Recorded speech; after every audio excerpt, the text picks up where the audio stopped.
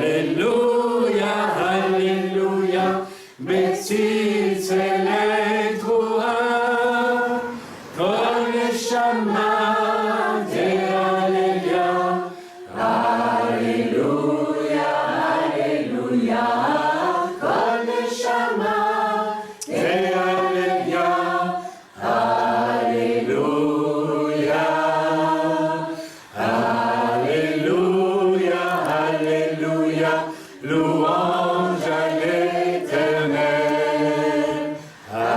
Alléluia, Alléluia, gloire au Dieu d'Israël. Gai tambourin, cymbales sonores, retentissez en son honneur. Et vous humains, dites encore, gloire au grand Dieu sauveur. Alléluia,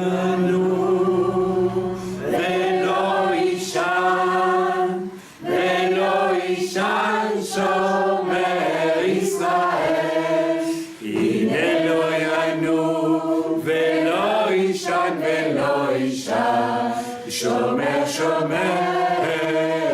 Israël.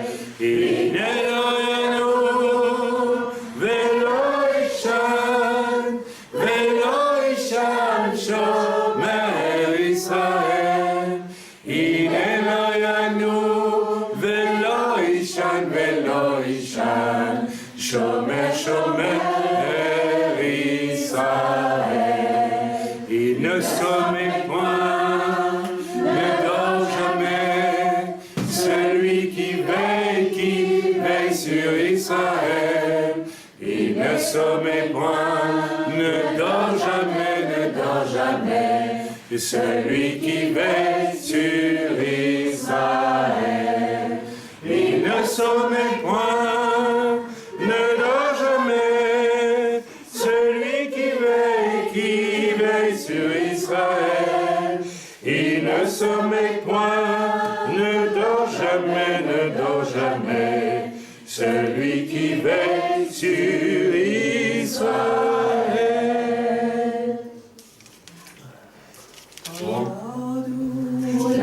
Adonai Kitov, Kile Olam Hasdo, Odu Adonai Kitov, Kile Olam Hasdo, Odu, Odu, Odu, Odu, Odu, Adonai Kitov. Odu, Odu, Odu, Odu, Odu, Adonai Kitov. Alléluia. Alléluia, Alléluia, Bethsil Tzele Shama. Alléluia, Alléluia, Bethsil Tzele Troa, Kol Shama Te Alléluia. Alléluia, Alléluia, Kol Shama Te Alléluia. Alléluia, Alléluia, Alléluia, louange à l'Éternel. Alléluia, Alléluia, gloire au Dieu d'Israël. Gai tambourin, cymbales sonores, retentissez en son honneur. Et vous humains, dites encore, gloire au grand Dieu sauveur. Alléluia. Adonai, Kol Goïm, Sharehu, Kol Aumim, Ki Gava Aleinu Azor Emeta.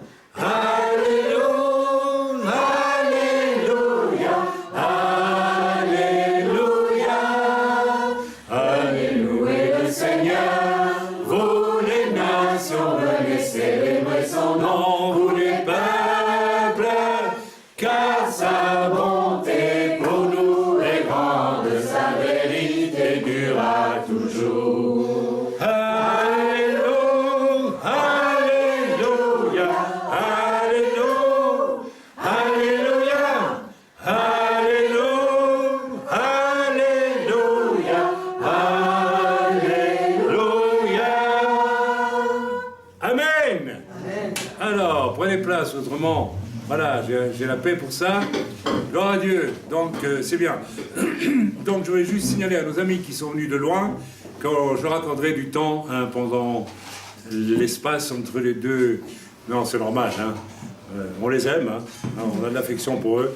Et puis donc, voilà, on va leur accorder, parce que très gentiment et très modestement, humblement, le frère Michael m'a dit, je ne veux surtout pas prendre le temps que tu dois à tes... Mais je pense qu'on leur accorde volontiers du temps, hein. Ok? Voilà. Donc, parler avec eux, puis enfin, répondre aux questions et voir ce qu'on peut apporter, hein. Voilà, que Dieu soit loué. Amen. Donc, d'accord, bien, Shabbat Shalom à tous, hein? Et puis Shabbat Shalom à tous ceux qui vont suivre ce message. Nous bénissons le Seigneur, voilà, c'était la Belgique il y a encore une semaine, hein. Et puis maintenant c'est la Suisse, et puis demain c'est la France, puisque nous avons une réunion très spéciale en France dans les prochains jours. Et puis après c'est le retour ici, et puis après... Alors je voudrais vraiment vous encourager à être tous présents. Pourquoi? Parce que nous allons présenter un enfant nouveau-né, Rachel pour les franco-suisses, puisque c'est un couple franco-suisse, n'est-ce pas? Pas le gruyère contre le comté, à moins qu'il invente un nouveau fromage, le comté gruyérien, ou le gruyère comté chinois, comment dire, je ne sais pas. Et puis nous allons présenter au Seigneur cette chose merveilleuse qui est un enfant de chrétiens nés de nouveau, et qui ont vécu propre. Quand je dis propre, c'est juste pour vous introduire le livre sur le mariage que nous avons réédité. C'est un livre de 60 pages. Je vous demande à tous de le relire. Pourquoi? Parce que c'est un livre qu'on a trouvé dans une déchetterie. Ici en Suisse, on trouve des trésors maintenant dans les déchetteries. Quand les vieux chrétiens meurent, les enfants qui ne sont plus chrétiens veulent se débarrasser, et même les églises n'en veulent pas. C'est des vieux livres. Tu parles. Le niveau est 200 fois plus élevé que la moyenne de presque tout ce qui s'est dit aujourd'hui. Alors vous me les apportez, s'il vous plaît, continuez à apporter ces livres-là, parce qu'il y a des trésors là-dedans. Il y a un niveau spirituel qu'on n'a absolument plus aujourd'hui. Donc, c'est très simple. Je me suis permis, puisqu'il n'y avait aucun droit d'auteur et rien de signalé, de rééditer un bouquin de 1905, si j'ai bon souvenir, sur la préparation au mariage pour les jeunes. C'est ce que j'enseigne, mais dit avec une rigueur et un appui biblique imparable, et je l'ai réédité, et je vous invite à le lire et à le distribuer, parce qu'aujourd'hui dans les églises, concubinage, il y a tout ce qu'on veut. Il y a tout ce qu'on veut. Donc, y compris aveu d'avoir eu des relations sexuelles devant toute une assemblée le jour de son mariage pour faire rire tout le monde. Oui, j'ai entendu ça dans une église ici, évangélique. Moi, si deux jeunes me trompaient comme ça, devant tout le monde, je dis, aujourd'hui, je ne vous marie pas. Vous allez d'abord vous repentir, demander pardon à l'église, demander pardon à vos familles que vous avez invitées aujourd'hui. Et même si vous quittez l'église, je n'en ai rien à faire, mais je ne vous marie pas. Et le pasteur a souri et il a marié. Non, attendez. Il y a des moments où on doit prendre position. On ne peut pas continuer à faire n'importe quoi. Oh, je sais, c'est trop dur, soi-disant. Mais non, c'est pas trop dur, c'est pas possible. On ne se moque pas de Dieu. On n'invite pas Dieu à une chose pareille. On prend Dieu pour qui? C'est absolument intolérable. Donc, enfin, moi, je sais ce que j'aurais fait. Mais pour ne pas perdre ses paroissiens, on les marie. Vous savez comment on a appelé les comportements comme ça, je vais vous le dire. C'est de la lâcheté. Jésus a dit, les lâches n'entreront pas au royaume des cieux. Il n'y a pas de place pour les lâches. Servir le Seigneur, ce n'est pas construire sa petite boutique et garder au prix de 1000 compromis les gens dans l'église. Vous savez très bien, vous qui êtes plus anciens ici, on pourrait être 300-400 ici, si vous voulez. Regardez, on est combien? Mais on n'a jamais fait de compromis. Jamais. Jamais on a regardé, tiens, celui-là, il apporte une dîme importante ou pas. Ton péché, c'est le péché. Alors, on agit de manière biblique aussi. On respecte les gens, on ne chasse personne, mais on ne fait jamais de compromis. Mes amis, le compromis, c'est... Vous savez, moi, si c'est pour faire de compromis, je retourne dans le monde. J'avais du succès dans le monde. J'étais un acteur connu, je pouvais travailler à Paris, tout ça. Et je ne faisais même pas de compromis en plus. Je ne faisais pas les compromis que les gens du monde font dans ce milieu. Vous voyez? Alors, moi, j'étais... Voilà. Qu'est-ce qu'on voit dans l'église aujourd'hui? C'est intolérable. Intolérable. Alors, ce petit bouquin-là, qui va coûter 3 €, hein, un truc comme ça, même pas 2 €. Moins de 4. 4, comme moins de 4. 3 €. Alors, vous savez qu'on offre tous nos livres, nous. Sauf ceux qu'on est obligé de rééditer et qui nous coûtent, et on les vend au prix coûtant. On ne tire pas de bénéfice. Hein. On a décidé, ça aussi c'est une position qu'on a prise, parce que je me suis rendu compte, que je le dis ouvertement devant la caméra, que dans le milieu de l'édition, il y a quand même un sacré business, et ce n'est plus du tout de l'édition chrétienne pour faire connaître les riches enseignements aux chrétiens. Donc moi j'ai décidé de prendre une position, parce qu'après tout, les bouquins qu'on avait édités durant 10 ans, on a reçu de l'argent pour les éditer, mais ils ont été payés. Donc à partir du moment où ils étaient payés, il n'y a plus de raison de les vendre. Donc on les a donnés. C'est logique. Puisque Dieu a donné gratuitement, ben on donne gratuitement. Et donc, mais malheureusement, les livres qu'on réédite maintenant, on est obligé quand même de... Autrement, on ne va pas s'en sortir Et encore, on donne beaucoup. Hein. On m'a demandé 10 livres d'Arthur Katz. Je les ai envoyés à un pasteur en Belgique qui veut les distribuer dans plusieurs églises, plusieurs pasteurs. Bon, il m'a pas demandé combien il me devait, parce que je crois tout simplement, il croit qu'on donne tout, et c'est vrai qu'on donne tout, mais enfin ceux qu'on réédite quand même, bon, mais j'ai dit allez on donne, c'est tout, quoi. On donne, puisque si ça peut faire du bien encore, donc voilà. Donc de la même façon, je vous invite à continuer à apporter tous les livres qu'on jette dans les déchetteries, des Bibles Martin. J'ai vu hier une Bible Martin chez toi. Allez, moi je rêve d'en avoir une de Bible Martin. J'en ai pas. Non, mais gardez-la, hein, gardez-la bien. Je ne veux pas. Mais si vous trouvez encore une Martin, vous l'amenez, vous n'en faites rien. Mais écoutez, on ne met pas ça dans une déchetterie. La Suisse, les déchetteries sont pleines de littérature chrétienne, de valeurs. C'est un scandale. Mais voilà, c'est un signe des temps. On va aller acheter, dépenser une fortune pour des livres de chip tralala, des chips, de la saleté, ou du vide, ou du rien, ou du témoignage. Vous savez, les témoignages, j'ai entendu 10 000 des témoignages.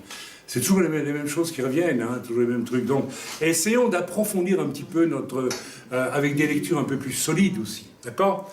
Par exemple, ce livre sur le prophétisme de Cévennes, lisez ça. Ça c'est une chose qu'il faut lire. Bien.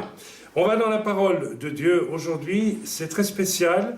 Je vais vous lire, je vais vous parler de ce qu'on appelle l'intercession substitutive. Substituer, se substituer. Qui a pratiqué la plus grande intercession substitutive dans toute l'histoire de l'humanité?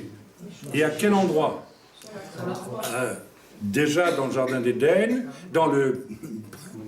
non, pas dans le Gan Eden, au Gethsémane, et puis, n'est-ce pas, alors, quelle est la prière substitutive la plus grande que Yeshua ait faite?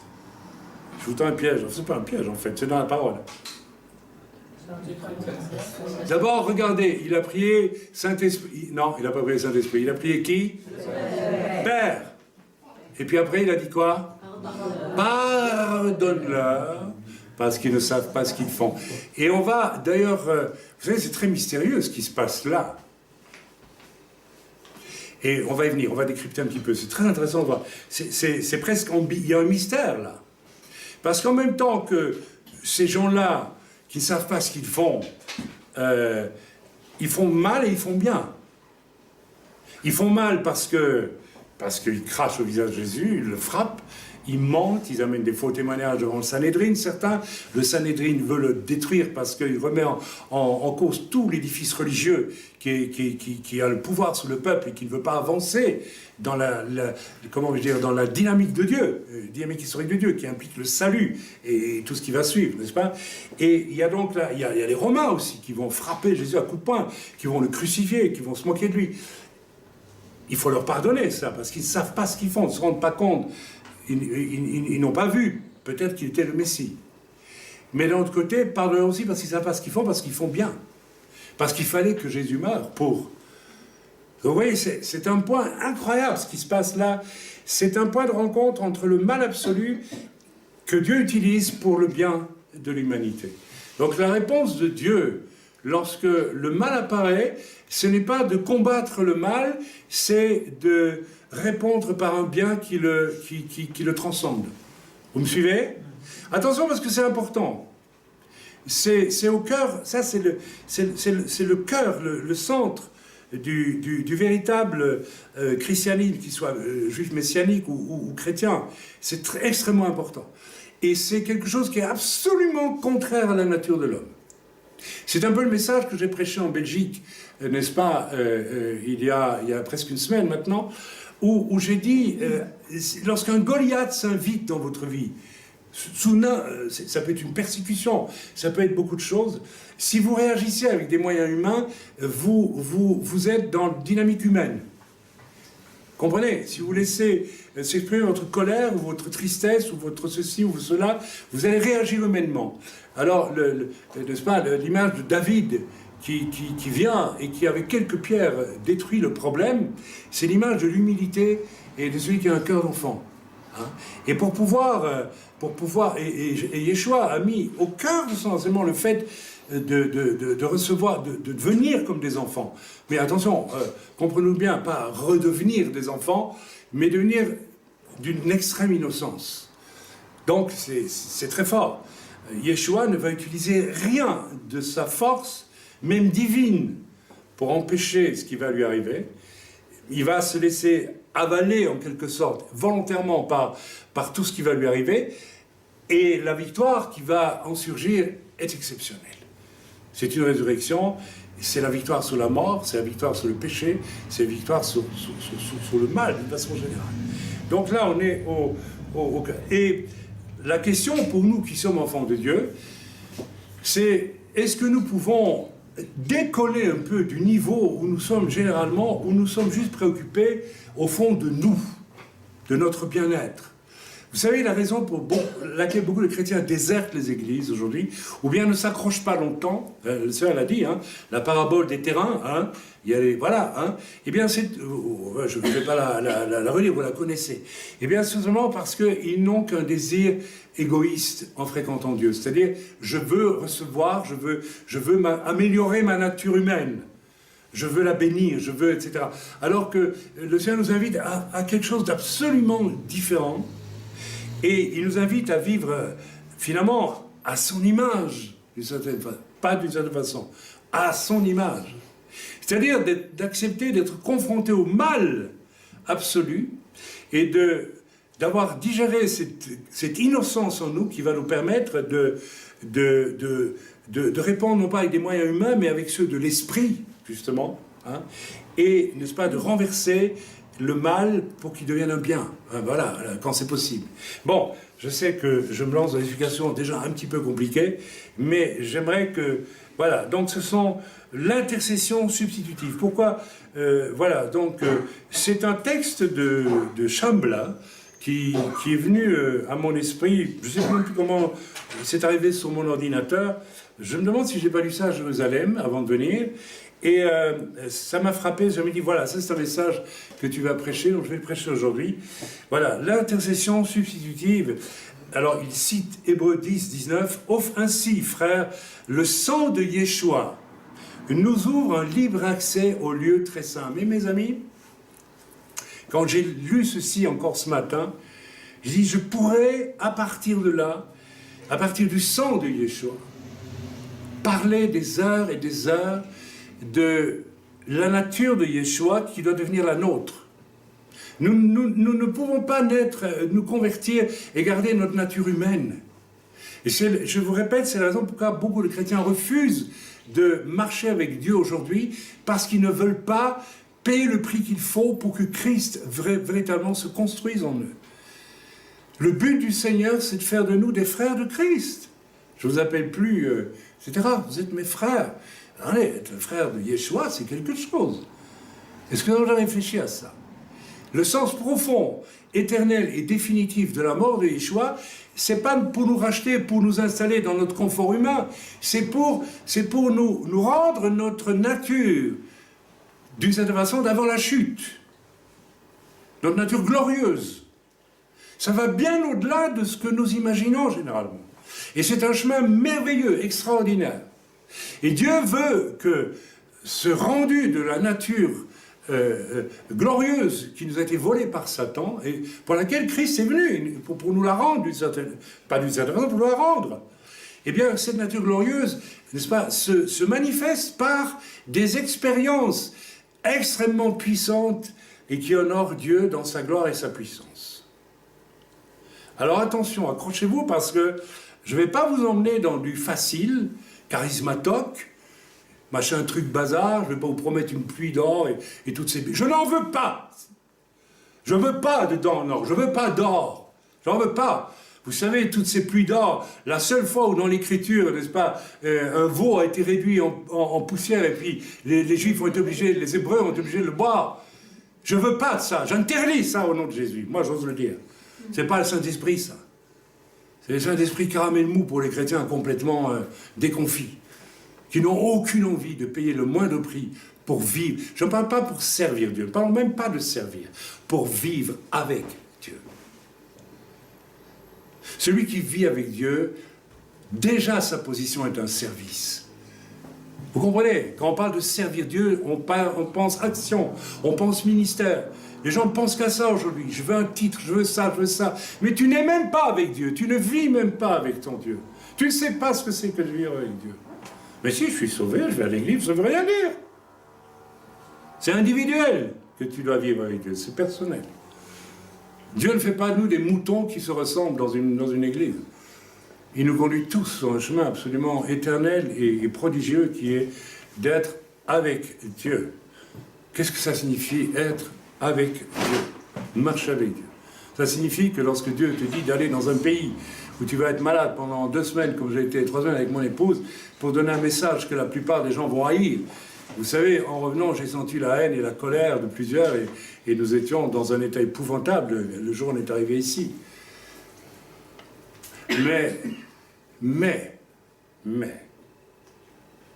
ne saurons peut-être jamais le travail que le message va faire, de façon toute surnaturelle. Vous savez, Dieu, les hommes réagissent avec leurs moyens humains, mais Dieu couronne toutes choses. Rien de ce qui est fait de la part du Seigneur n'est fait en vain, jamais. Ça portera toujours un fruit un jour ou l'autre. Et c'est à ça de nous vider. Pas à nous satisfaire d'apparence.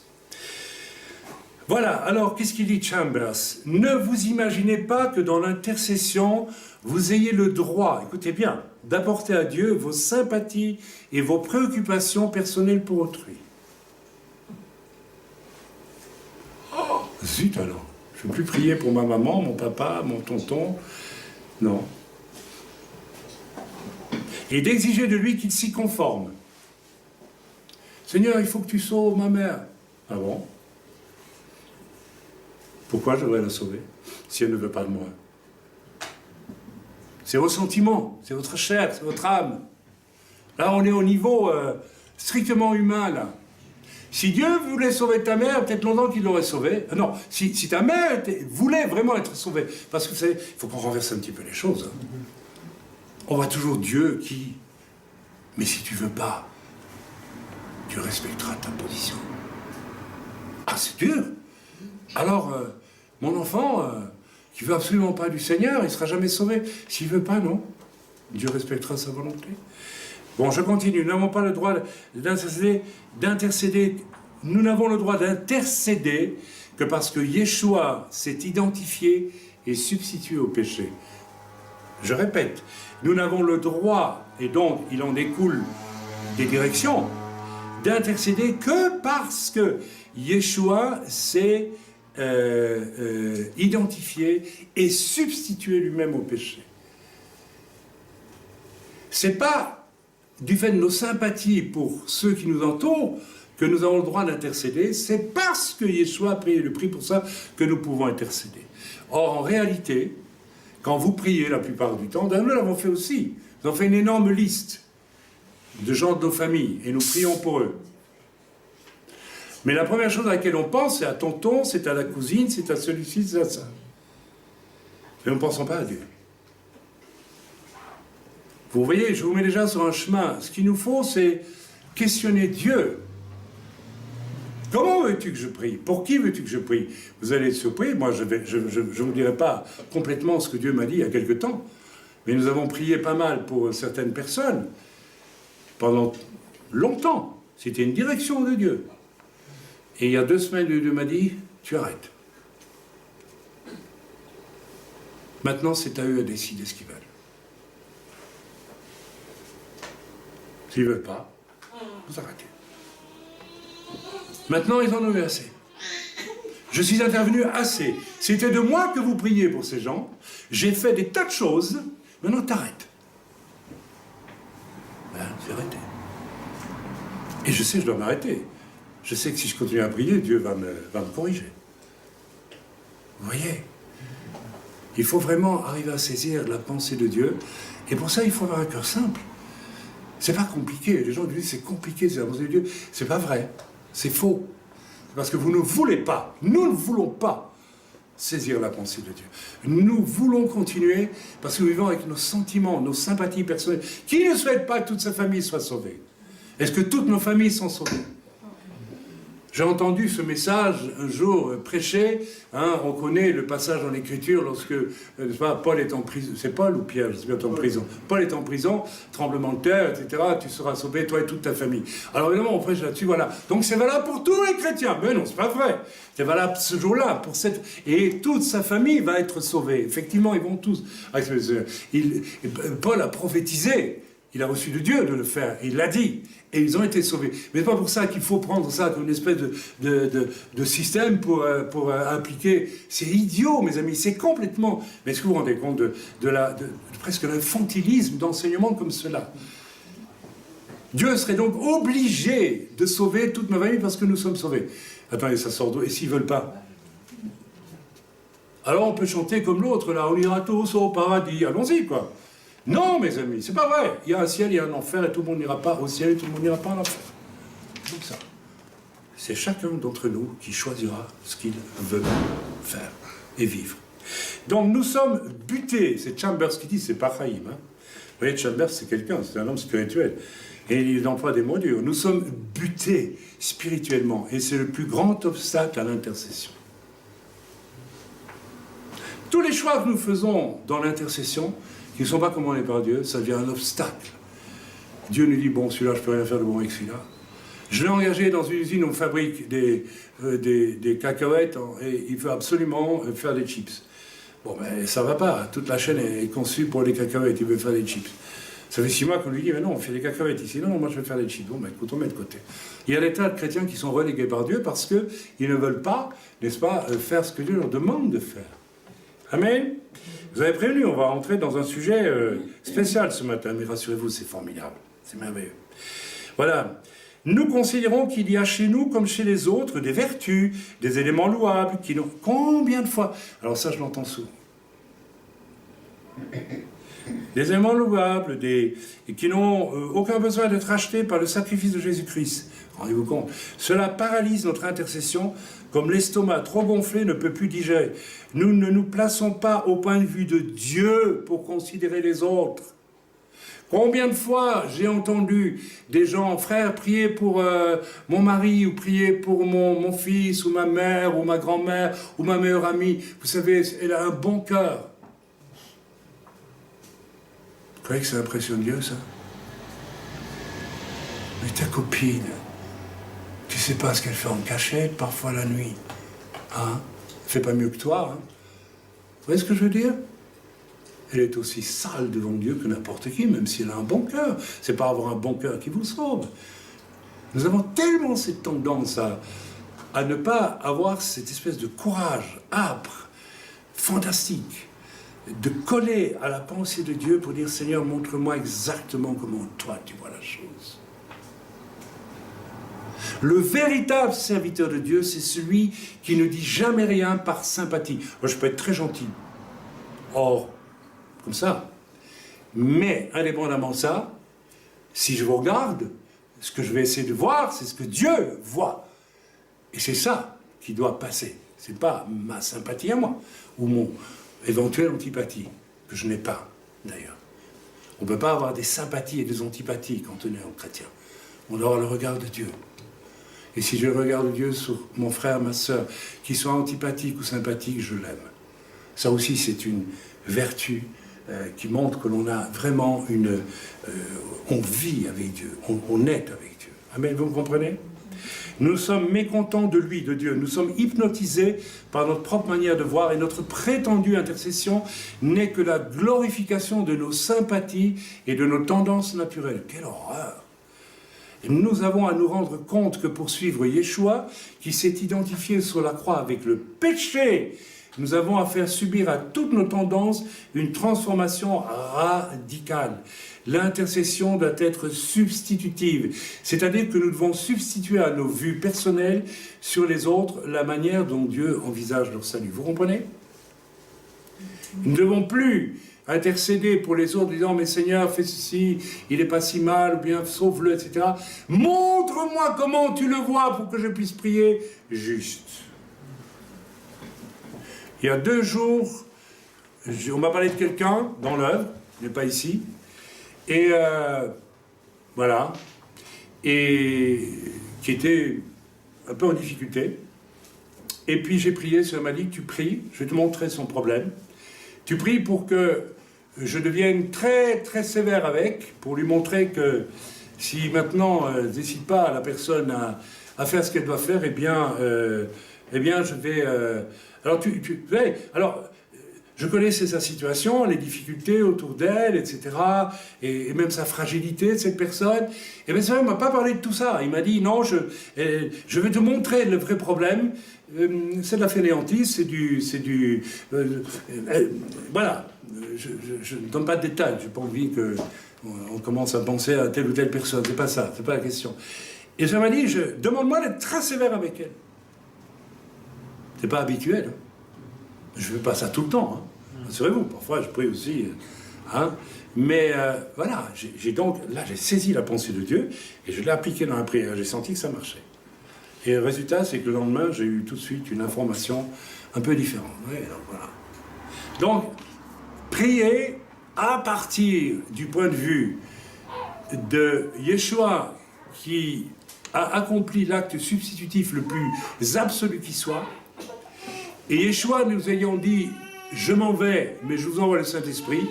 Le Saint-Esprit prend le relais et va vous montrer comment vous devez prier. Vous allez avoir des surprises. Si vous priez pour moi et que vous priez toujours, Seigneur, donne des forces à Chaim, etc. Parfois je rigole, je dis, mais j'ai des défauts aussi, c'est curieux. Oui, tu sais, j'ai des défauts aussi. J'entends jamais, j'ai prié pour toi pour que... Peut-être que ça vous dit pas le dire. Tiens, je vais vous poser une question. Non, je n'ai pas peur. Est-ce que quelqu'un a déjà prié pour moi en sentant, avec une révélation, attention, ne dites pas ça avec votre chair et votre orgueil, que j'avais une faiblesse et qu'il fallait me soutenir dans un point faible de ma vie. Eh bien, c'est dommage, ma femme. Eh bien, c'est dommage. Vous n'osez pas prendre le point de vue de Dieu sur Chaim. Vous croyez que je suis parfait? Oui, je suis parfait, vous le savez tous. J'ai mon diplôme, pasteur parfait.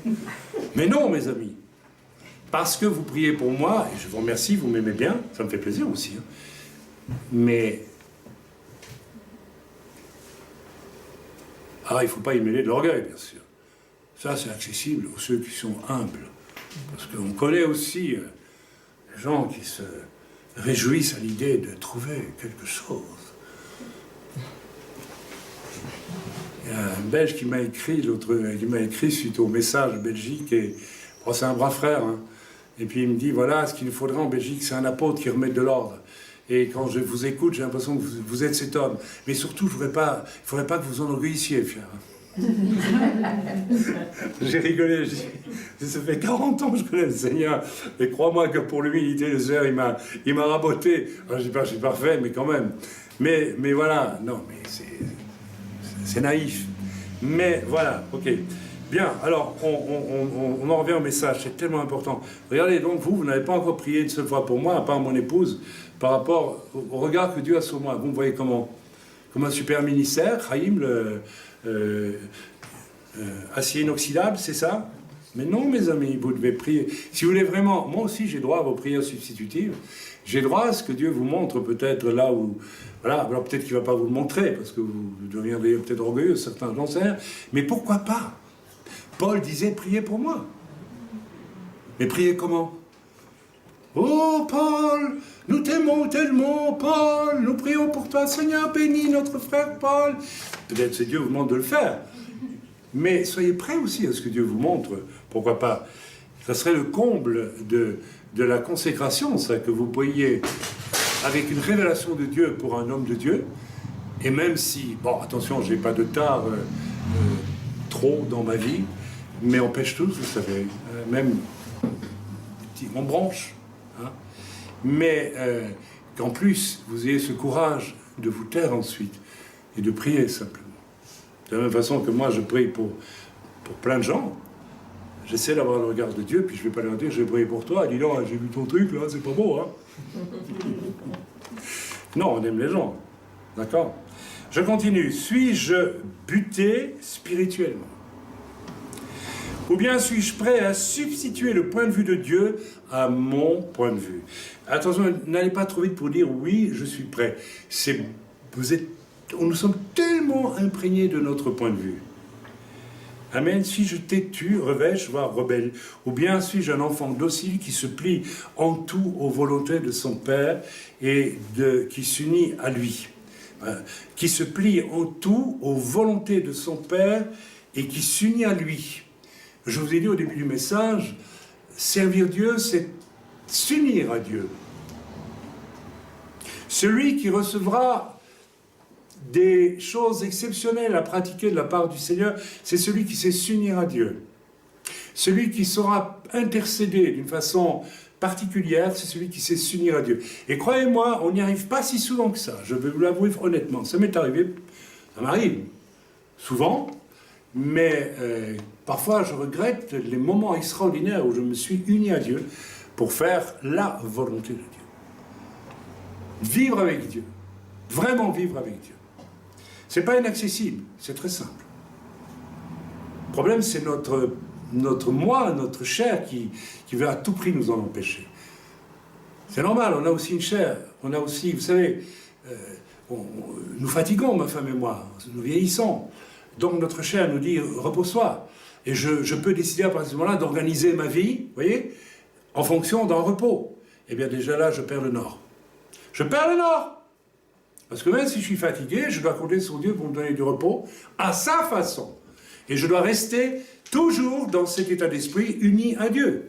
Et pas commencer, même là, je pourrais commencer à décider, non, mais Dieu me dit doucement, c'est pas comme une rosée qui descend depuis maintenant un an ou deux, commence à organiser différemment les choses. Mais c'est Dieu qui me le dit. Vous voyez, on passe si facilement dans les décisions, dans les choix humains, parce qu'on croit que c'est légitime.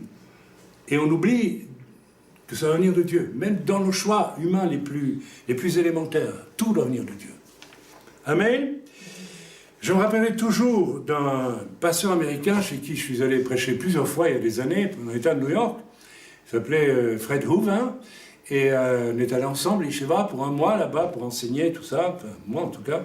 Et puis, il avait un fils aîné, marié, je pense même à une païenne, et c'était son désespoir. Alors que ses autres filles étaient mariées à des chrétiens, il avait une fille, je pense, et un autre fils aussi, qui avait fait la guerre d'Irak d'ailleurs, dans les chars, qui avait été traumatisé, mais qui était chrétien et qui était marié, non, qui était célibataire, je pense, son fils. Hein. Et donc, mais son fils aîné, voilà, n'allait pas à l'église, ben, c'était la catastrophe. Et je parlais avec lui de ça, il m'a parlé, et puis je voyais bien, ce fils était dans le monde, hein, c'était triste à voir, vraiment triste, il avait grandi quand même dans une famille chrétienne, oui, mais il était dans le monde, quoi, et il ne voulait pas entendre parler du Seigneur en réalité. Alors par politesse, il ne disait pas à son père, va te faire voir, tu m'ennuies, voilà, mais au fond lui-même, c'est ce qu'il disait. Et j'ai dit, le pasteur m'a dit un jour, tu sais ce que Dieu m'a dit, un jour, il m'a dit, est-ce que tu crois que c'est parce que c'est ton fils que je suis obligé de le sauver? Terrible question, hein? Parce que ça veut dire, s'il ne veut pas de moi, qu'est-ce que je fasse? Je ne vais pas le sauver. Et c'est pas parce que c'est ton fils, et quel est le père qui n'aime pas son enfant, enfin. Mais c'est pas pour ça que Dieu va le sauver. Donc vous voyez, là où déjà, ça nous montre à quel point notre nature d'homme, avec nos sentiments, peut prendre une place terrible, peut devenir une forteresse dans nos vies. Et vous allez dire, mais alors on fait quoi? Je ne sais pas, j'ai pas la recette. Vous allez continuer à souffrir si un de vos enfants ne veut pas du Seigneur. Vous souffrirez jusqu'au dernier jour de votre vie. C'est comme ça. Mais Dieu, pour arrêter votre souffrance, ne va pas le sauver en faisant, je ne sais pas quoi, moi, mais une grande piqûre dans le cerveau, que je ne sais pas, moi. Vous voyez ce que je veux dire? Donc là aussi, il y a un terrain dont on doit se méfier, c'est soi. D'accord? Et il priait pour son fils. Et il priait à travers ses sentiments. Pendant des années, il a prié pour son fils. Jusqu'au jour où Dieu, presque un peu fatigué, lui a dit, mais tu crois que je vais le sauver parce que c'est ton fils? Uniquement pour ça? Il a compris la leçon. Je crois qu'il a arrêté de prier pour son fils. Ou il continue, je ne sais pas. C'est pas ce que Dieu lui a dit. Peut-être qu'il faut continuer à prier. Ça, c'est aussi quelque chose qu'on doit recevoir de Dieu, mes amis. Est-ce qu'on est prêt à obéir à Dieu, même dans ce domaine-là? Si Dieu nous dit d'arrêter ou si Dieu nous dit de continuer? Ça vous est jamais arrivé que Dieu vous dise arrête de prier pour ce sujet? Surtout quand on va le recevoir. Alors là, évidemment, on arrête. Mais si Dieu nous demande d'arrêter de prier, ça peut arriver. Je ne dis pas que c'est... Ok. Je vais vous donner un témoignage que vous avez déjà tous entendu sur le conflit entre les bons sentiments et la volonté de Dieu. Il y a donc, je vais essayer d'être bref, pas trop long, parce qu'autrement on n'en finira pas avant 7 heures ce soir. Hein, je sais que vous êtes d'accord, enfin je ne sais pas si tout le monde va être d'accord sur ce qui va écouter ce message.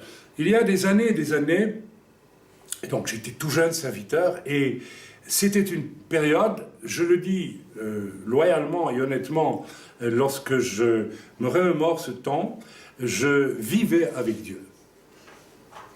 J'avais une intensité de prière tous les jours, j'avais ce désir aussi, très profond, de passer au moins 2 heures chaque matin avec le Seigneur, plus 1 heure avec les anciens. On avait une petite assemblée, une vingtaine de personnes dans les Ardennes belges. Vous savez, très ingrat, hein, très dur, ça vaut bien la Bretagne, ou bien c'est très occulte, c'est très catho, enfin bref. Mais j'avais ce désir de passer du temps avec Dieu, tellement fort.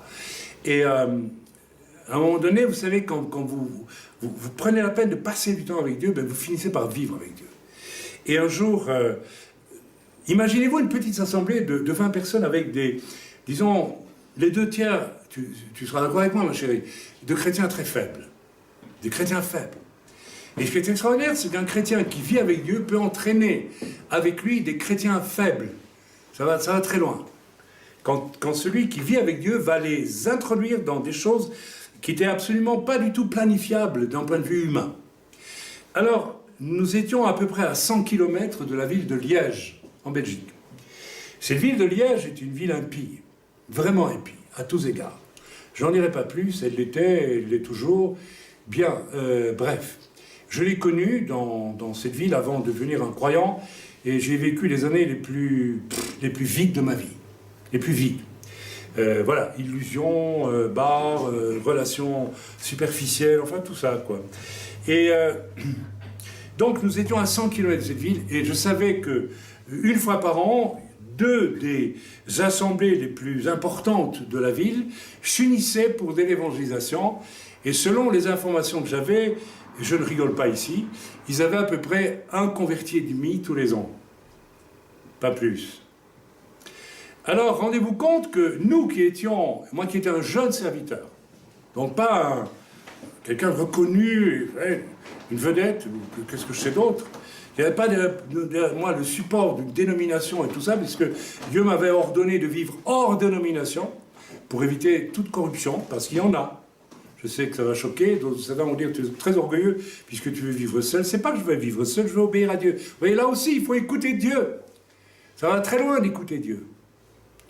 Il peut exiger de nous des choses inouïes. Et vous savez, en général, les gens, quand vous faites l'histoire de l'Église, les gens qui ont vraiment été amenés à apporter quelque chose, un sang neuf dans l'Église, c'était des gens isolés et rejetés. La plupart du temps. Relisez l'histoire des hommes de Dieu dans l'Église. Vous savez, Bunyan, vous avez tous lu Le Voyage du pèlerin. Il a passé, je crois, 13 ans en prison. Et qui l'a mis en prison? L'Église officielle d'Angleterre. Parce qu'il refusait de prêcher sur le manuel préimprimé de l'Église officielle. Tout le monde se souvient de Bunyan aujourd'hui, qui se souvient encore des gens qui l'ont mis en prison. De tous les pasteurs de l'époque, personne. C'est toujours vrai aujourd'hui, mes amis. Alors attention, n'ayez pas peur de vous faire traiter d'orgueilleux. Si vous commencez à vraiment écouter le Seigneur, à vivre avec Dieu, vous allez vous trouver isolé par rapport à plein de gens. C'est inévitable. Et ne n'ayez pas peur même de votre orgueil, parce que votre orgueil, Dieu saura vous le démolir. J'ai pas besoin qu'on me démolisse mon orgueil, que les humains s'occupent de moi pour ça. Vous savez très bien ici, l'orgueil, c'est une des choses qu'on doit combattre dans la vie de presque tout le monde. Toute personne a de l'orgueil. Mais vous avez remarqué, on ne le fait pas avec des moyens humains.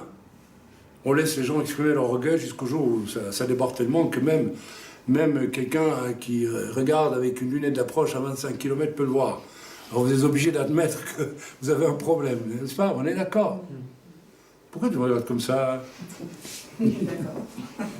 Je te taquine. On se connaît tous si bien. Hein. On sait très bien qu'on est tous passés par les mêmes nettoyages. Et donc moi le premier, rassure-toi. Bien avant toi et probablement encore bien plus que toi. Bref. Ok. Donc voilà que cette petite assemblée naissante dans les Ardennes belges, Dieu me dit un jour, vous allez faire une grande réunion d'évangélisation dans la ville de Liège, à 100 km de là. Donc, nous, des super inconnus, regardés de très haut par tout ce qu'il y avait autour de nous, qu'est-ce qui sort de bon de là, c'est qui ce garçon, etc., etc. J'avais été appelé au ministère dans une toute petite église du fond des Ardennes belges. Il y avait 10 personnes, j'étais appelé au ministère là-dedans, et puis c'était vraiment un appel de Dieu. Mais vous comprenez, quand vous sortez d'un petit truc comme ça, vous n'êtes pas sorti d'une belle grosse dénomination, où on vous a envoyé à l'école biblique, et vous vous êtes passé par tous les stades avec les galons, les machins, les étoiles, et les épaulettes en plus, et la casquette en plus, la casquette. La casquette, c'est ce qui finit tout, la casquette. Alors, vous comprenez, voilà. Bon, ça peut pas être de Dieu, hein? Comme on a dit du temps de Yeshua, qu'est-ce qui peut venir de bon de là, hein? D'où déjà de Nazareth.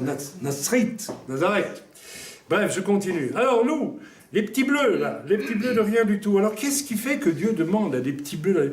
Eh bien, c'est parce que des gens vivaient avec Dieu, proches du cœur du Seigneur. Et là, je voudrais vous encourager. Vous n'avez pas besoin d'être des super professionnels. Si vous vivez proche du cœur de Dieu, même si vous ne connaissez rien, écoutez bien ce que je veux dire. Dieu saura vous instruire, lui. Vous savez qui m'a instruit de la parole de Dieu? Une école biblique? Non, jamais. Dieu. Quand j'ai vécu avec Dieu, il m'a instruit. C'est pas difficile. C'est l'histoire de tout notre appel, ça, ma chérie, tu t'en souviens. J'aimerais vous encourager, mes amis. Vivez avec Dieu et Dieu vous instruira mieux que n'importe quelle école biblique.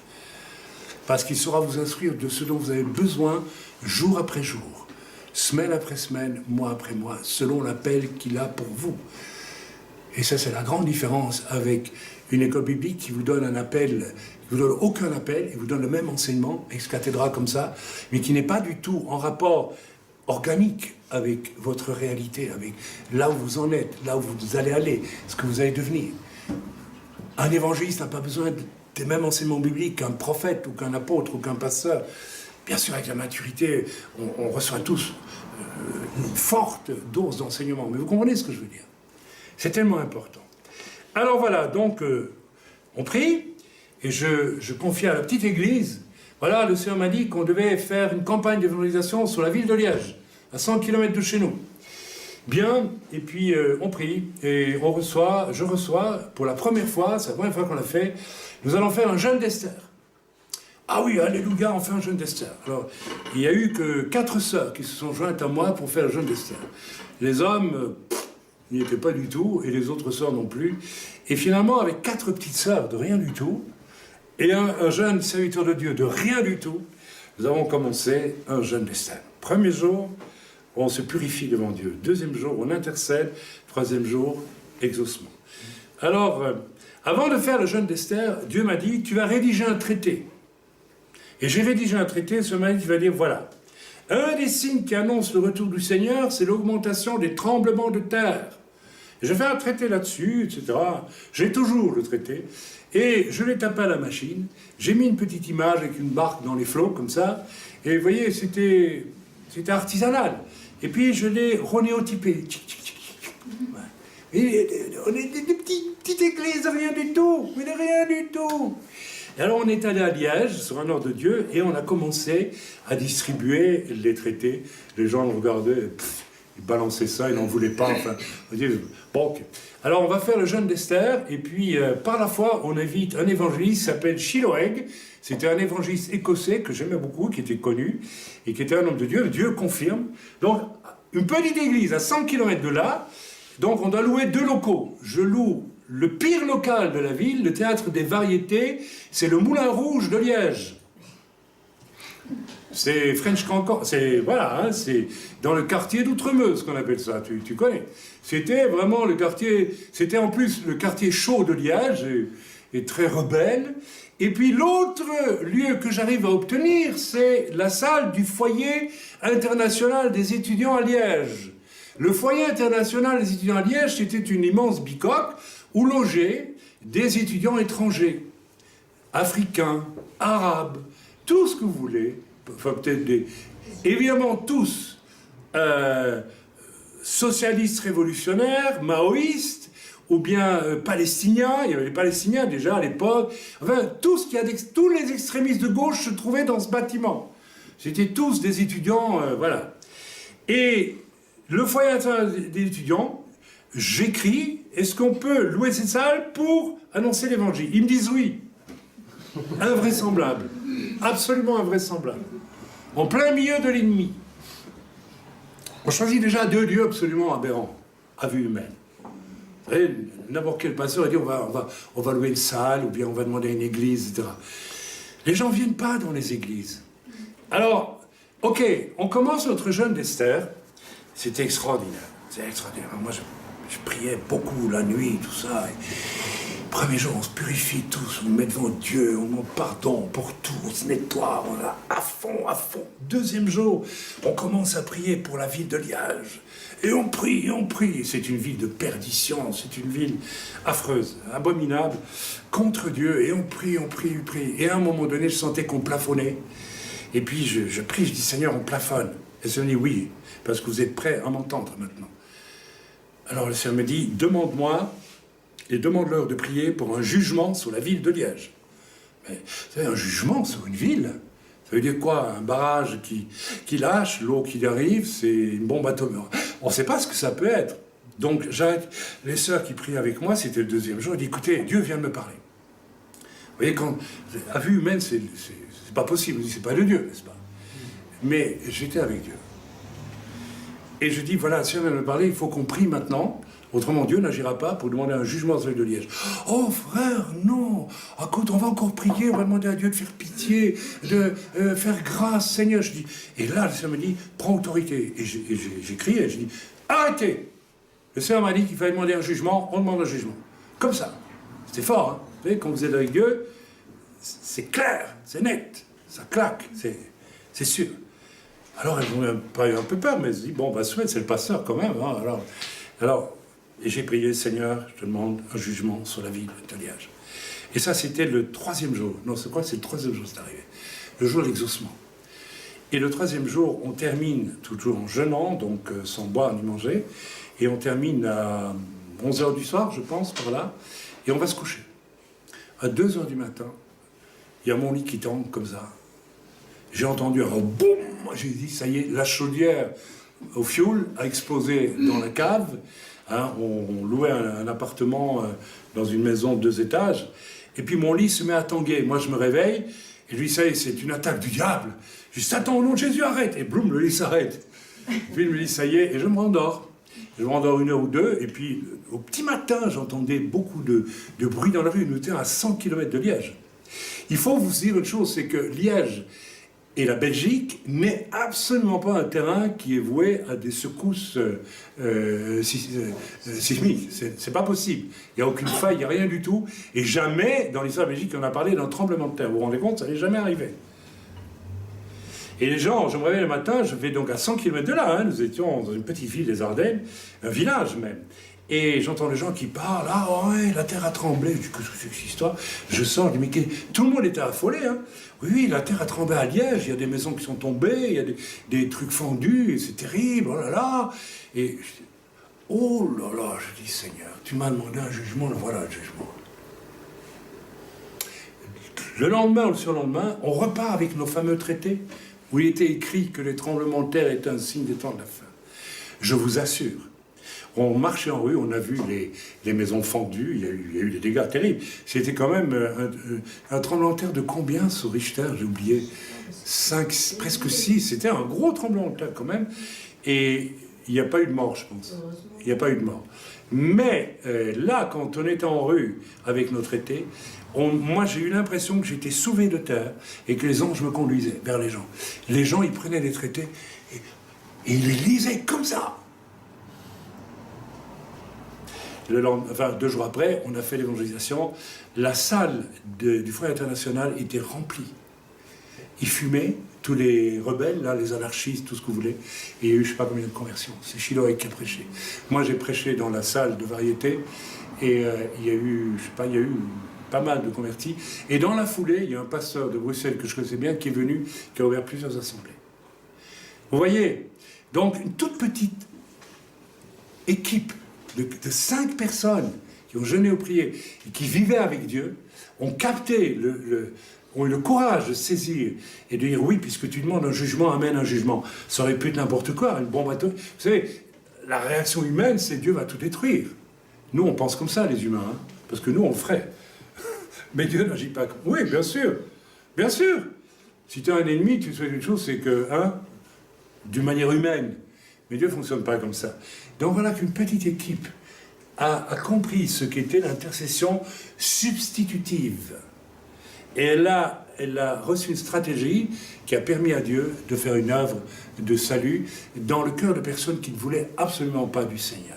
Voilà, c'est un exemple. Donc, qu'est-ce qui s'est passé? Il y a eu les sentiments des femmes qui étaient avec moi, qui, elles, voulaient continuer à intercéder pour que Dieu fasse grâce et que Dieu amène des âmes au Seigneur. Vous voyez, elles étaient sincères. Elles voulaient que Dieu amène des âmes au Seigneur. Mais Dieu voulait aussi. Mais Dieu avait son moyen, lui, c'était de faire très peur. Et vous avez reçu les traités, vous en êtes moqué. Regardez maintenant, vous le lisez. Et vous voyez que ce qu'on vous dit est vrai. Et ce tremblement de terre, c'est moi qui suis derrière. Oh, là, les gens ont réfléchi et il y a eu des conversions. Vous voyez, il faut parfois des choses comme celle-là pour que... Mais si j'aurais pu être faible et dire oui, peut-être que c'est moi qui pense ça, et les sœurs, on aurait continué à prier comme des bons chrétiens pour le salut des âmes, on n'aurait eu aucune âme dans cette ville. Voilà, vous voyez ce que c'est que saisir la pensée de Dieu dans l'intercession. Nous avons coutume de dire que les voies de Dieu sont impénétrables, n'est-ce pas? Et là, c'était vraiment impénétrable. Lequel d'entre nous pouvait imaginer ce scénario? Personne. C'était glorieux, mes amis, c'était glorieux. On a vécu en plus des expériences extraordinaires. Le jour de l'évangélisation, on s'est rendu compte qu'on avait oublié un paperboard, ou je ne sais plus trop quoi, enfin un élément, et à Liège, on est revenu avec un frère à 100 km, donc, chez moi. Et en arrivant chez moi, on était sur une route très étroite. Vous savez, en Belgique, on a des routes bordées de très hautes de haies, des haies, hein, comme en Normandie un peu, ce même genre. Et vous ne pouvez pas... Alors, je venais...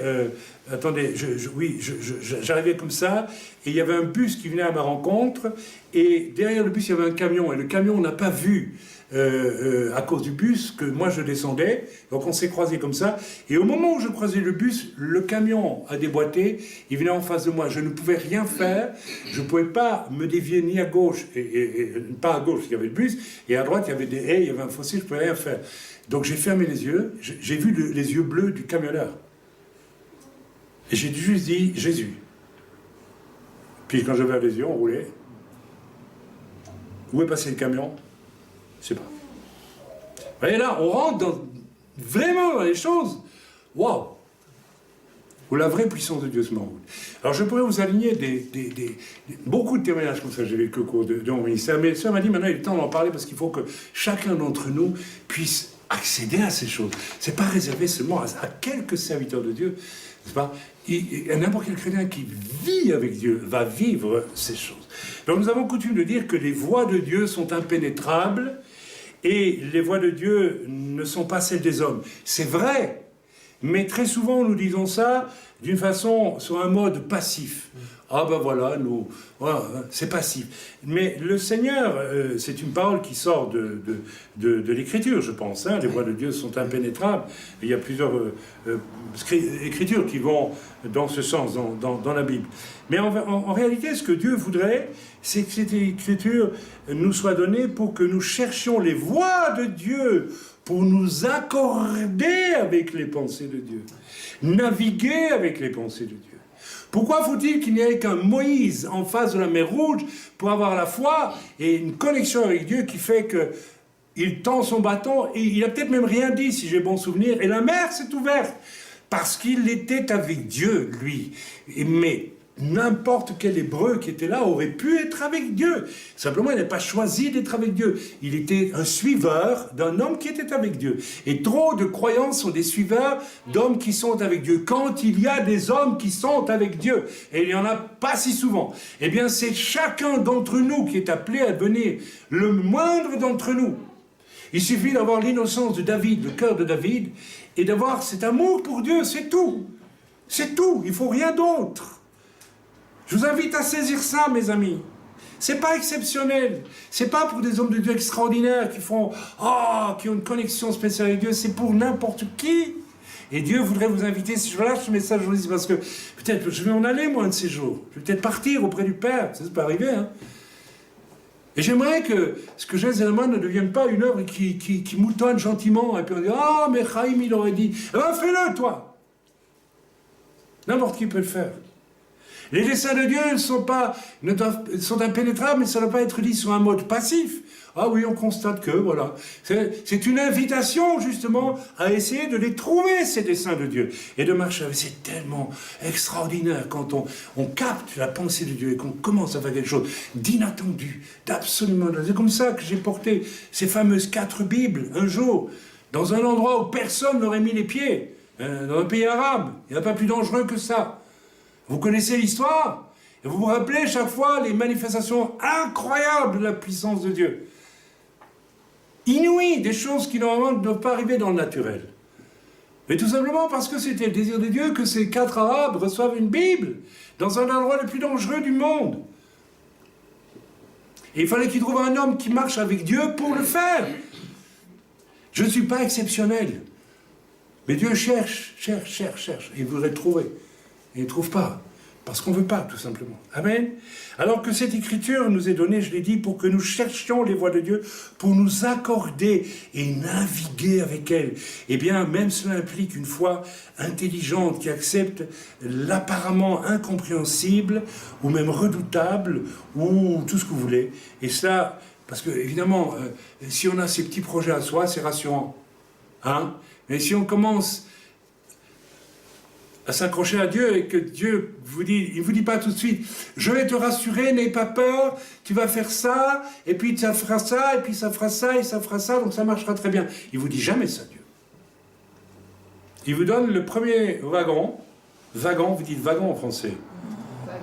Et puis si vous l'accrochez à la locomotive, il vous donne le deuxième, et puis le troisième, et puis le quatrième, et puis à la fin vous dites, waouh, quel convoi cette histoire. Mais vous n'aurez jamais tout au début. Vous allez dire pourquoi Dieu ne le fait pas? Parce que Dieu ne veut pas vous renvoyer à une confiance humaine. Il veut que vous marchiez avec lui, que vous appreniez à vivre avec lui. C'est ça la foi. C'est ça la foi. C'est une foi utile. Amen. Alors j'espère que vous allez essayer de vivre avec Dieu un peu plus. Allez, on se lève la nuit, on prie 2 heures, 3 heures de filet, tous les matins, 2 heures. Rien que pour toi, Seigneur. 4 heures du matin. Écoutez, moi je l'ai fait. Hein? Je pourrais encore le faire d'ailleurs. Je suis plus fatigué maintenant. Mais toi, là, à ton âge, là, tu pourrais passer 2 heures chaque matin à prier. Tu le fais? Non. Voilà. Ben, fais-le. Fais-le, montre à Dieu que tu l'aimes. Montre-lui. Il n'attend qu'une chose, c'est de déverser dans ta vie ces choses. Mais il faut au moins que tu fasses la démarche. Alors évidemment, si on vient à l'église une fois par mois, là, évidemment, c'est autre chose. Ok? Bien, et cela pour déclencher une osmose avec Dieu, notre Père, au nom de Yeshua et avec l'aide du Saint-Esprit, et il nous fera vivre alors des choses extra, trait d'union, ordinaires. Hors de l'ordinaire. Vous voulez vivre des choses hors de l'ordinaire? Vous croyez que le royaume de Dieu, ce n'est pas des choses hors de l'ordinaire? Vous n'êtes pas fatigué des églises qui vivent l'ordinaire? Ça ne vous ennuie pas une vie où vous vivez tout le temps l'ordinaire? Non, ça n'a pas l'air de vous ennuyer. Ça devrait vous désespérer. Ça devrait vous désespérer. Vous passez qu'une vie, vous allez mourir un jour. Hein. Si vous n'avez vécu que de l'ordinaire, c'est triste. Vous allez au ciel et faire quoi? Dire, mais tu te rends pas compte de tout ce que tu as loupé? Tiens, je vais te montrer. Tu vois là, j'avais tel projet, tel projet, tel projet, tel projet pour toi. J'avais ça. Oh, ça! Oh, j'aurais pu faire ça. Oui, tu aurais pu faire, mais tu ne m'as même pas demandé. Tu n'as pas passé du temps avec moi. Tu n'as pas vécu avec moi. Amen. Alléluia. Ces choses extraordinaires, hors de l'ordinaire religieux, et qui est fatigant, qui est médiocre, où grenouille si souvent l'humain et encore l'humain. Amen. Inutile de vous décrire cette église qui vit à main d'homme. Amen. On en a assez parlé. Alors je fais une parenthèse ici rapide, on ne prie pas le Saint-Esprit. On est d'accord là-dessus? Bon, j'en ai parlé déjà au début du message. J'en ai parlé avant qu'on enregistre? Non? Oui? Avant. Alors j'en parle rapidement. Ok, non, on ne prie pas le Saint-Esprit. Non, je ferai un message spécial là-dessus prochainement. Et donc, je vais y venir dans un prochain message, parce qu'il y a une hérésie dans l'Église aujourd'hui, immense, qui s'est développée à travers le mouvement charismatique, notamment, où on fait du tout Saint-Esprit, alors qu'en réalité, on donne au Saint-Esprit une place qui n'est pas la sienne. J'y viendrai dans un message prochainement. Amen. Ok, on revient à la prière substitutive, comment y accéder. Voilà, elle se vit en amont par une recherche de Dieu. Une recherche de Dieu qui n'est pas « je recherche Dieu pour ceci ou pour cela », je recherche Dieu pour lui-même. Je veux vivre avec toi, Seigneur. Je veux t'adorer, je veux passer du temps avec toi. Même si c'est des heures dans le silence, mais je te prie, je te donne mon esprit, je te donne ma vie, voilà, je suis avec toi. Comment vous l'expliquez mieux? Je m'attends à toi, je m'attends à ce que tu me parles, non pas de mes besoins, de mes désirs. On nous enseigne ça tout le temps, vous savez. Et c'est vrai qu'on peut faire part de ses besoins au Seigneur. Mais il y a tellement mieux à faire que ça. Il y a tellement mieux à faire que ça.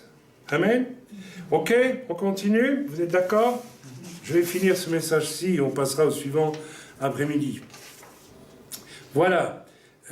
Suite de la feuille volante. Pour vivre ce dont je vous ai donné un exemple, il faut donc dans l'évangélisation, rappelez-vous, qu'on a mené à Liège, en Belgique, il faut, où nous avons laissé les bons sentiments des sœurs de côté, nous avons accepté de prier une chose qui venait vraiment de l'intercession substitutive, eh bien, il faut pour cela, il faut chercher Dieu pour lui-même, sans aucune attente pour soi. Chercher Dieu pour lui-même. Beaucoup de gens, il y a une faiblesse dans l'Église, les gens n'ont absolument pas l'intention de chercher Dieu pour lui-même. Vous savez, si je veux prendre une comparaison, je vais parler du couple. Si dans le couple, vous considérez l'autre pour vous, vous allez au problème, vous allez à une vie médiocre. Si vous dépassez cela et que vous commencez à regarder l'autre plus qu'à vous, il va vous le rendre aussi, et le couple va obtenir une solidité. Beaucoup de gens sont mariés ne vivent pas avec leur conjoint. Ils mangent ensemble, ils dorment ensemble, ils font une famille, ils font des enfants ensemble, ça, bien sûr, évidemment, mais ça s'arrête là. Parce que ils vivent l'autre pour eux et non pas pour lui. Le meilleur moyen de créer une relation solide, c'est de vivre l'autre pour lui-même. Aime ton prochain comme toi-même. Aime ton prochain plus que toi, en réalité. Avec Dieu, c'est la même chose. Et beaucoup de chrétiens aujourd'hui n'en veulent pas. Je le sens en esprit, hein, quand vous parlons là maintenant. Peut-être beaucoup de ceux qui vont écouter ce message, vous n'aimez pas Dieu. Vous n'aimez pas Dieu. Vous aimez un Dieu qui est censé vous donner tout ce dont vous avez envie. Mais vous n'aimez pas Dieu pour lui-même. Il y a un problème, là. Il y a un vrai problème. Qu'est-ce qui est au centre de la loi? Tu aimeras le Seigneur, ton Dieu, de toute ta force, tout ton cœur, tout ton esprit, même avec tes défauts, même avec ton mauvais caractère, même avec tout ce que vous voulez. Vous savez, j'ai connu des serviteurs de Dieu formidables qui avaient un caractère épouvantable. Mais ils aimaient Dieu. Et vous avez ces gens qui sont bénis, oui, oui, vous savez. Alors on peut dire, ça c'est un bon chrétien. Non, c'est un très mauvais chrétien, il n'aime pas Dieu. Il est juste gentil. Ah oui. Vous croyez que Pierre avait un bon caractère, l'apôtre Pierre? Oh là là, la sœur a dû le reprendre plus d'une fois, hein. Etc. Il y en a qu'on appelait les fils du tonnerre, hein, Boanerges. Il y en a même deux qui ont dit, maman, viens avec moi, il faut que Yeshua, là, il faut qu'il nous donne la place à côté de lui au ciel, hein. Je croyais qu'ils avaient des bons caractères, ces gars-là. Ils étaient même de la convoitise. Remarquez, quand vous lisez l'Écriture, Jésus ne le reproche même pas. Il dit, je vais m'occuper de vous plus tard. C'est ce qu'il pense. Je vais vous casser, on va s'en occuper. Mais j'aime bien, vous êtes là. Vous en voulez, vous avez de la niaque, vous, hein. Vous m'aimez quand même. Ouais, on t'aime. T'aimes mal, mais on t'aime. Ah, on veut en savoir plus de toi. Tu vas bientôt régner sur Israël. Parce qu'on t'aime. Ils aimaient Jésus. Ils aimaient Jésus. Ils aimaient Jésus. Vous savez, quand Jésus passe à côté de Matthieu Lévi, le péager, un tricheur, un Lévi en plus, il est de la tribu de Lévi. Et il le regarde, il lui dit pas, tu n'as pas honte de vivre comme ça, hein, franchement, c'est pas bien ce que tu fais. Tu pourrais te racheter, si tu veux venir m'écouter, moi, le Messie, tu vas voir, tu vas apprendre des bonnes choses. Non, il le regarde et il lui dit, toi, suis-moi. C'est tout. Parce que c'était la volonté de Dieu. Et Matthieu Lévi se lève et suit Jésus. Il s'est mis à aimer Dieu. C'est tout. C'est tout. Quel Dieu avons-nous rencontré? Est-ce que nous avons rencontré le Dieu qu'on aime? Ou le Dieu d'une religion? Si c'est une religion, foutez-la en l'air, votre religion. Je vous le dis aussi cruellement que ça. Flanquez ça en l'air. Ça ne vaut rien. Ça vous perdra. Cherchez Dieu pour lui-même. Aimez-le. Rentrez dans l'intimité, dans le secret, avec lui. Dans vos chambres. Attendez-vous à lui. Taisez-vous, faites silence. Mettez de voix de tous les côtés, de côté tous les bruits de votre vie, tout ça. Non, Seigneur, c'est toi que je veux rencontrer dans le lieu secret. Amen. Disponible dans un total silence de mon âme, sans attente, sans souhait, sans rien que toi. Le silence du cœur qui est ouvert à Dieu seul. Pour moi, c'est là que l'on peut déjà parler d'être un vainqueur. À celui qui vaincra, dit l'Écriture dans l'Apocalypse à plusieurs reprises, je lui donnerai, moi j'ai vécu cette expérience, une pierre blanche, un nom nouveau, etc. Mais c'est quoi un vainqueur? C'est pas quelqu'un qui aligne un catalogue de victoires. Hein. J'ai fait ça, j'ai fait ça, j'ai fait ça, j'ai fait ça. Non, c'est pas ça. C'est quelqu'un qui vit avec Dieu. Celui-là a vaincu le monde. Celui qui vit avec Dieu. Celui qui renonce au monde.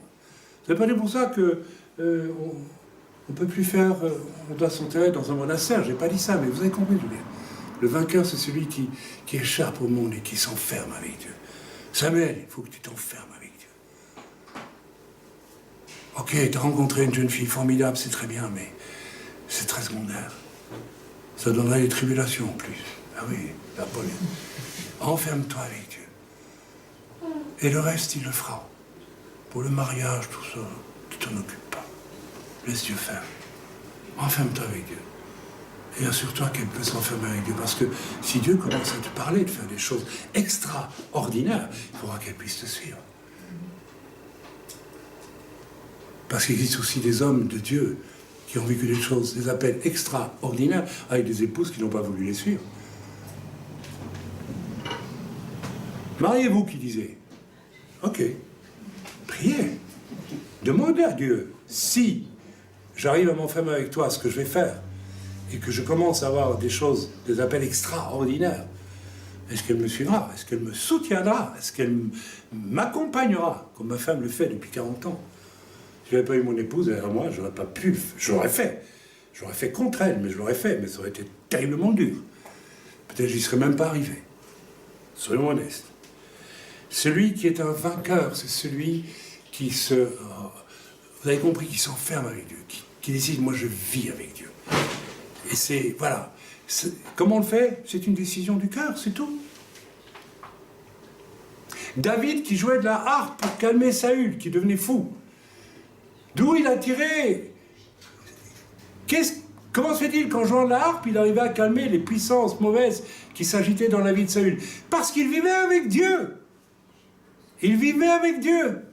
Il a écrit tous ses psaumes la nuit, parce qu'il vivait avec Dieu, ou presque. Les psaumes incroyables.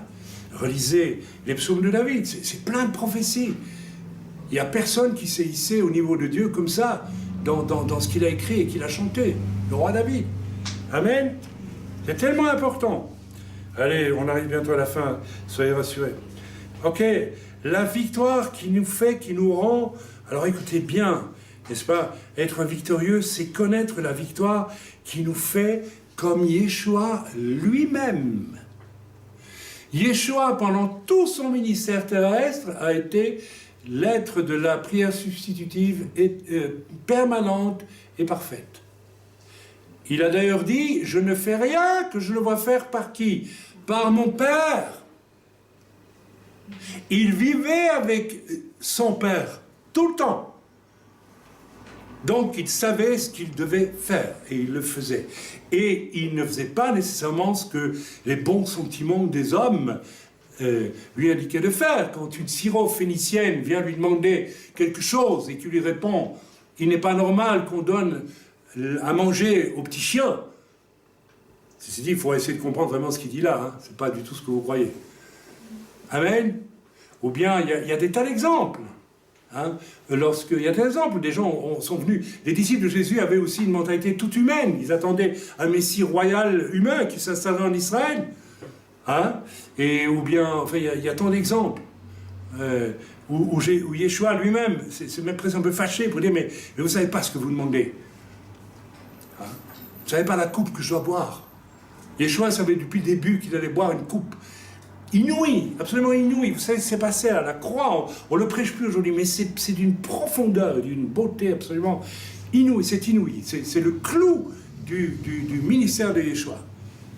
Et c'est un appel pour nous tous aussi. Il n'est pas impossible que le Seigneur, parce que vous savez, j'en parlerai cet après-midi, il y a un effet substitutif jusque dans le martyre. Paul, le grand apôtre Paul, n'aurait jamais pu exister sans avoir participé au massacre d'Étienne. Je vais vous l'expliquer tout le temps. Il y a un aspect... Pourquoi? Parce que vous savez ce qu'Étienne dit à la fin, quand on le lapide? La même chose que ce que Jésus a dit à la croix. Père, ne leur impute pas ce péché. Ah, il y a une force là-dedans, c'est l'Esprit de Dieu qui lui dit de dire ça. Au moment le plus ultime, on le massacre, il dit pardonne. Et Dieu dit je pardonne. Et les yeux de Dieu se portent sur un homme qui gardait les vêtements d'Étienne, il s'appelle Shaul de Tarse. Eh bien, je te pardonne et je te sauve. Il y a une force. Vous comprenez ça? Il y a une puissance là-dedans, inouïe. C'est la même puissance que ce que Jésus a pratiqué à la croix. Et nous sommes appelés au point le plus élevé de notre vie chrétienne à vivre peut-être une chose comme celle-là. C'est pour ça que le Seigneur nous invite à pardonner à nos ennemis. Et que c'est si difficile pourtant. Je vous parle honnêtement, j'ai vécu des choses horribles, du mensonge, des accusations affreuses, c'est terrible. Jusqu'au jour où j'ai compris, ça ne sert à rien de se battre contre ces choses, elles ne changeront pas. Pourquoi? Parce que Dieu les a permises. Pourquoi? Bien pour que je puisse apprendre à aimer ceux qui m'ont fait ça. C'est très difficile. C'est très difficile, parce que Jésus est arrivé sur la croix, moi je ne suis pas Jésus. Mais je sais que j'y arrive. Je ne pourrai pas sortir de cette vie sans l'avoir pratiquée. C'est impossible. Autrement, je ne peux pas être un ami de Jésus dans l'éternité. Vivre avec Dieu. Il n'y a plus rien d'humain dans tout ça. L'humanité est déchue, mes amis. Toutes les valeurs humaines qu'on peut mettre sur la table ne valent rien pour Dieu. Ça n'a aucune importance. Et Dieu va permettre la justice justement pour te faire accéder à des choses qui ne sont pas de l'ordre des valeurs humaines. Mais la première chose qu'on pense lorsque quelqu'un vous calomnie, mais je vais aller déposer plainte, c'est ce que tous les gens du monde font. Il y a des gens, moi, si j'avais déposé plainte, ils seraient en prison, certains aujourd'hui. Le Seigneur m'a laissé faire. Je dis, je ne peux pas faire ça, Seigneur. Il m'a dit, non, tu ne peux pas. Tu dois subir, mon cher ami. Tu dois aimer ceux qui t'ont fait autant de mal. C'est pas facile. Amen. Ok, prière substitutive, ça va jusque-là. Comment on arrive à cela? À être uniquement à l'écoute du Père? Eh bien est-ce que c'est difficile? Non, ce n'est pas difficile. N'importe quel individu vraiment né de nouveau, violent par rapport à la recherche de Dieu contre soi-même, il parvient. En plus, un tel violent peut aussi entraîner des plus charnels dans son sillage. Les aventures, n'est-ce pas, des aventures de victoire. C'est ce que j'ai fait avec les sœurs qui ne voulaient absolument pas que je demande un jugement sur la vie de Liège, qui me demandaient, on va continuer à prier, demander au Seigneur de faire grâce et de sauver, etc. Vous voyez? Je les ai entraînés dans une aventure extraordinaire. Je sais pas, il faudrait les revoir. Une d'entre elles m'a trahi gravement, en répandant des mensonges après sur moi. Mais c'est son problème. Vous savez, Judas, il n'y en a pas eu qu'un, hein. Il y en a beaucoup, les Judas. Ok?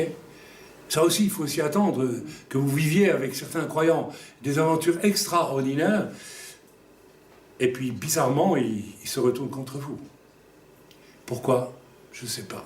La jalousie, l'orgueil, j'en sais rien. C'est pas mon problème. Ok?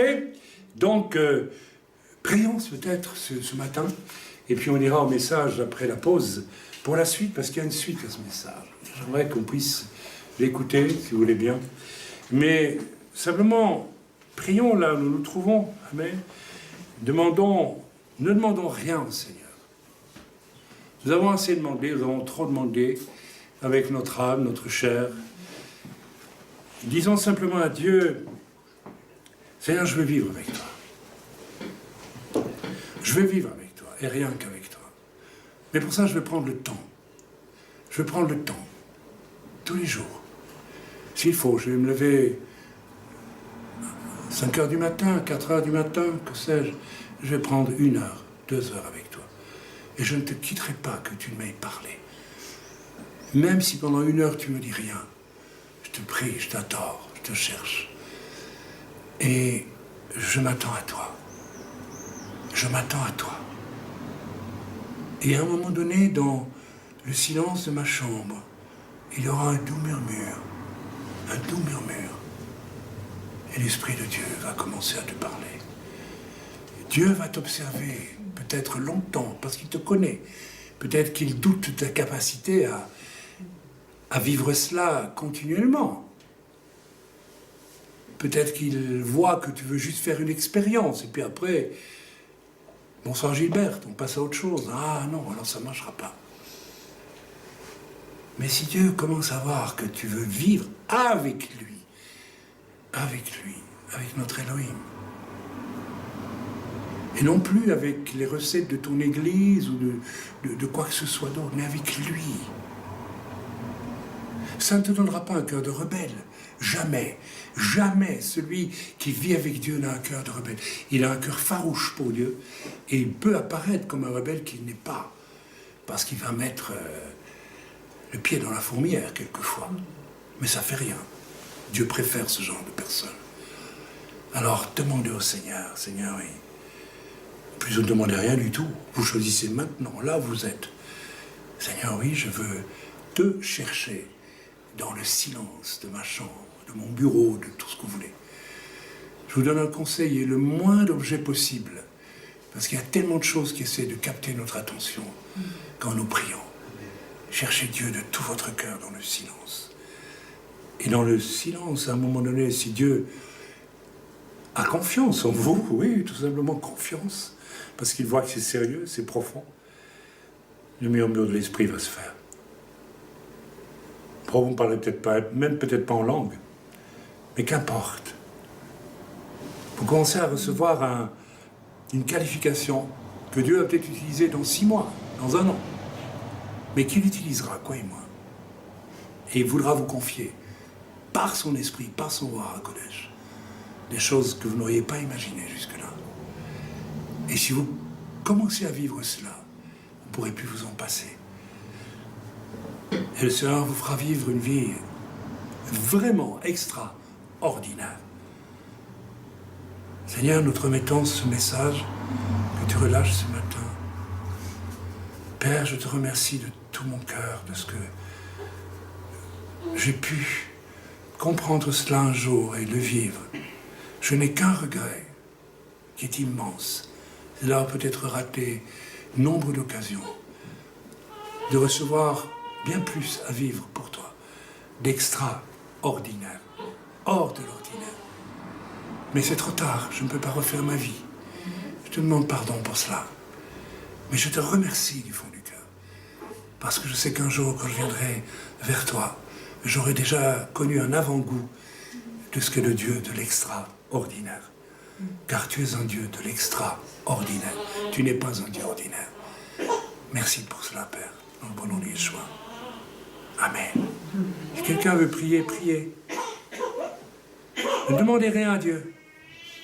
Seigneur, je vais te demander pardon parce que Seigneur, ça fait déjà longtemps, Seigneur, que tu m'as parlé, Père éternel, à ce sujet-là, de prendre du temps, Seigneur, de payer le prix comme ça. Et Seigneur, je te demande pardon parce que je ne l'ai pas fait. Seigneur, je regrette, je te remercie pour ce message qui est tellement clair et qui est encore... Seigneur, je te remercie et je te demande pardon. Seigneur, je prends la décision aujourd'hui, Seigneur, de payer le prix comme ça, Seigneur, parce que, Seigneur, ça me parle énormément et je te remercie. Je te remercie, Père, parce que c'est un cadeau aussi que tu nous fais. Amen.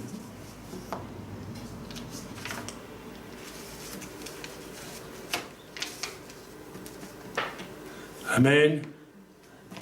À vous de jouer, les amis. C'est pas difficile. Il faut vouloir. C'est tout. Pas plus compliqué. On veut pas. Chacun choisit. Vous voyez qu'il ne faut pas être ni un grand théologien, ni rien du tout pour accéder à ça. C'est ouvert à n'importe qui.